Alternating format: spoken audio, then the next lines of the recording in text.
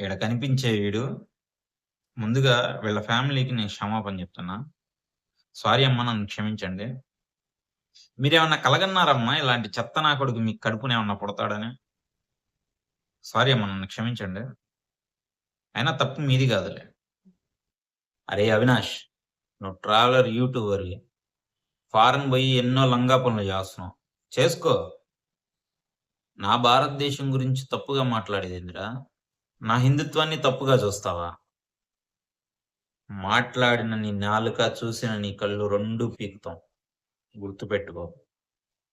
నోరు అదుపులో పెట్టుకొని మాట్లాడు. ఏంట్రా నువ్వు మాట్లాడే మాటలు? దేని గురించి మాట్లాడావు అసలు నువ్వు? స్త్రీల గురించి మాట్లాడాలనుకుంటే మాట్లాడు. నువ్వు చేసే లంగా పనులేంది అక్కడికెళ్ళి? ఏం చేస్తన్నావు? అందరికీ తెలుసు గదా! నువ్వు స్త్రీల గురించి అంత గొప్పగా మాట్లాడేంత వ్యక్తిత్వం నీలో ఉందా? లేదు గదా! లేనప్పుడు నీకెందుకు? అన్నీ మూసుకొని కూర్చోవాలి. గుర్తుపెట్టుకో నా కొడకా! ఈరోజు నుంచి నీ పతనం మొదలైంది. గుర్తుపెట్టుకో. నువ్వన్నావే మాటలు, ఆ మాటల ప్రకారంగానే చెప్తున్నా. అరే లకారం నా కొడకా! యుద్ధం మాకేం కొత్తేం గాదు. రక్తపాతం ఏం మేము చూడంది గాదు. గుర్తుపెట్టుకోండి. ఎవ్వడైనా సరే మా భారతదేశం గురించి తప్పుగా మాట్లాడడం కాదు గదా! తప్పుగా చూసినా సరే కుత్తుక కోస్తాం బిడ్డ. నువ్విక్కడికొస్తే చంపుతామని రానంటున్నావు. గుర్తుపెట్టుకో. నువ్వు ఎంత దూరం పరిగెత్తినా గాని ఉండేది భూమి మీదే.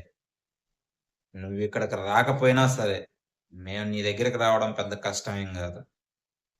తెలుసుగా మా భారతదేశం యువకుల గురించి. మాకు ఈగో చుట్టూ వైఫై లాగా లోపలే ఉండిద్ది. నువ్వు దాన్ని కెలికావు. గుర్తుపెట్టుకో నా కొడకా! నీ పతనం మొదలైంది. నీ పతనం మొదలైంది. నువ్వు మమ్మల్ని అనవసరంగా కిలికాం అని బాధపడే రోజు దగ్గరలోనే ఉంది. ఏం కంగారు పడమాకు. ఈ రోజు నుంచి నీకు నిద్ర అనేదే ఉండదు.